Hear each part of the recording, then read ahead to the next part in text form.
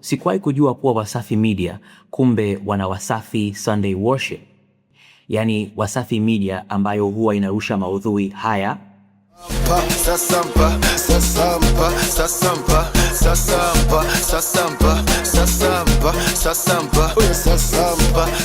Kumbe kila ifikapo Jumapili wanarusha maudhui haya.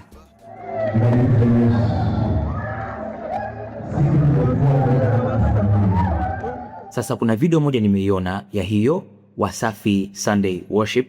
Hebu tuicheke alafu nitatoa maoni yangu baada ya hapo. Bwana Yesu asifiwe. Amani ya Mungu wa mbinguni iwe nawe. Mtu wa Mungu Nabii Clear Malisa aliamua kuvaa hali ya umasikini na ukichaa, kisha kuanza kuzunguka mitaani. Aliamua kufanya hivi baada ya kujihoji sana kuhusu upendo wa kweli. Siku ya Jumapili aliamua kwenda katika kanisa lake analolisimamia na kuliongoza. Alikaa nje kuomba msaada. Baadhi ya waumini walimpita. Kwa hiyo hii video ilipostiwa na Wasafi Media takriban miaka 2 iliyopita, 2 years ago, ambapo kama unavyoweza kuona Prophet Clear Malisa aliamua kuvaa kama kichaa na kutembea mitaani. Sina haja kuelezea sana, nadhani video inajielezea ya kutosha yenyewe. Kwa bahati nzuri sana alipokuwa amekaa pale kanisani kwa nje, kuna baadhi ya waumini walimuona lakini hawakutambua kwamba yeye ndiye prophet kwa mujibu wa hii video. Kwa hiyo wakamkaribisha kanisani, wakampeleka madhabahuni, kisha wakampatia huduma ya maombi na maombezi kwa ajili ya deliverance of course. Ndipo akaamua sasa kujidhihirisha kwamba yeye ndiye baba yao wa kiroho, yeye ndiye nabii. Malisa alikuwa amejifanya tu kwa ni kichaa. Baada ya kujidhihirisha kwa jinsi hiyo,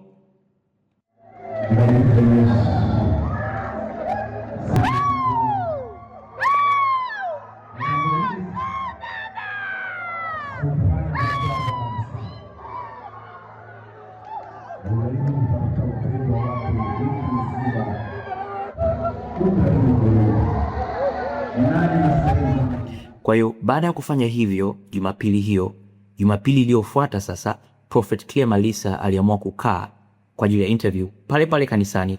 Apparently pale kanisani kuna sehemu ya interview, pale madhabahuni kuna sehemu ya kukaa ya interview. Kwa hiyo alikaa kwa ajili ya kuweza kujielezea kiundani ni kwa nini aliamua kufanya hivyo alivyofanya. Na moja kati ya maswali aliyoulizwa ni hili hapa. Kuna watu ambao wanaangalia sasa hivi and I'm sure wao watakuwa ni kati ya wale watu ambao wana comment vibaya sana. Why is cha kwanza, katika jamii yote watu wenye akili nzuri ni 3%. Ni 3%. Watu wenye akili nzuri. Yeah. Kwa hiyo katika kila kundi watu wenye akili nzuri ni 3%. Kwa hiyo expect 97% wanakuwa hawana akili nzuri au hawajafikia kile kiwango cha IQ nzuri. Yeah, kama ndo hivyo basi manake huenda hata mimi pia nikawa ni mmoja kati ya wale 97% wasiokuwa na IQ nzuri. Na kama na wewe pia una mashaka juu ya mbinu hii iliyotumiwa na huyu mtumishi wa Mungu, basi na wewe pia utakuwa ni mmoja kati ya wale watu wasiokuwa na akili timamu, kwa mujibu wa kauli, sio maneno yangu, ni kwa mujibu wa kauli ya Nabii Prophet Clear Malisa. Kwa hiyo mimi binafsi naona kwamba hii ndio changamoto ya watumishi wa Mungu kushirikiana na watu ambao sio watumishi wa Mungu, kwa sababu watu ambao sio watumishi wa Mungu watakuja na njia bunifu, creative ways, creative methods, creative techniques za kuweza kugusa hisia za watu, lakini sio kugusa roho za watu. Roho Mtakatifu anagusa roho, lakini mtu wa dunia hii atatengeneza kitu ambacho kitagusa hisia, na ndio ninachokiona hapa sasa hivi.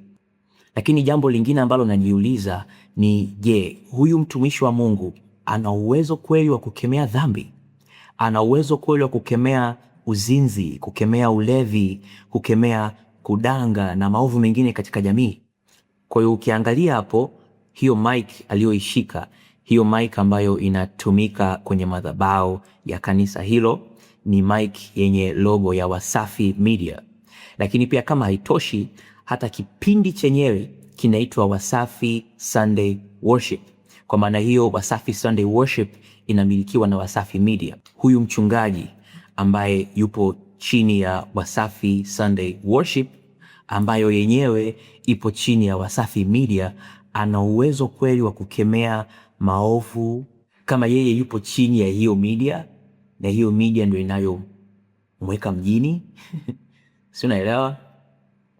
Okay, kwa nimeperuzi hapa, nimekutana na video inasema Prophet Clear Malisa amuombea Diamond Platnumz. Hebu tuicheki pia hii. Kwa nafasi ya pekee ningependa leo Diamond Platnumz nikuombee mbele ya Watanzania wote. Kwa ningesema tu kwamba karibu hapa mbele nikuombee na utatamka neno. Amen. Amen. Right? Yeah, nilikuwa na mashaka kama na uwezo wa kukemea dhambi kwa sababu yupo chini ya Wasafi Media inayomilikiwa na Diamond Platnumz, si ndio? Lakini naona hapa Prophet Clear Malisa anasema kwamba anataka Diamond Platnumz asogee mbele ili aweze kumwombea. Ni jambo zuri, jambo la heri, ni jambo ambalo tunalihitaji katika jamii yetu ya sasa, kuwaombea hawa wasanii wa muziki ya Bongo Flava na watu wote kwa ujumla wapate nafasi ya kuweza kumjua Yesu na kumwamini na kumfanya kuwa Bwana na mkombozi wa maisha yao. Nachokitarajia mimi, japokuwa sijui, lakini nachokitarajia mimi ni kwamba utamwekea mikono Diamond Platnumz na utamwombea kwamba Mungu anguse Diamond Platnumz moyo wake. Mungu kwa neema na rehema nyingi alizokuwa nazo aweze kubadilisha moyo wa Diamond Platnumz, uweze kumwelekea yeye Mungu, aweze kumpokea Yesu kama Bwana na mkombozi wa maisha yake, na Roho Mtakatifu akae ndani ya Diamond Platnumz ili aweze kumuongoza Diamond Platnumz kuweza kutekeleza mapenzi ya Mungu hapa duniani, hata kudhihirisha utukufu wa Mungu duniani. Hayo ndio maombi nayo yategemea mimi. Ngoja tusikilize alivyomwombea. Tunasherehekea Pasaka duniani kote. Mwenyezi Mungu, Diamond Platnumz kama Pasaka inavyosherehekewa kila bara, kila nchi, baada ya Pasaka kila nchi, kila bara likasherehekea kazi anayoifanya. Nyuma yake kuna ajira na familia nyingi zinaishi kwa sababu baba ametambua mchango. Hakuangalia dini wala kabila, ameangalia utu na uzalendo. Yesu, ninambariki, hakuna wa kumlaani, na kazi yake kasidi kutambulika. Katika jina la Yesu nimeomba. Nyota yake ikang'aa, kuna kuifuta kama nyota ya Yesu Kristo haikufutika, na kwake haitafutika. Amen. Mungu akubariki sana.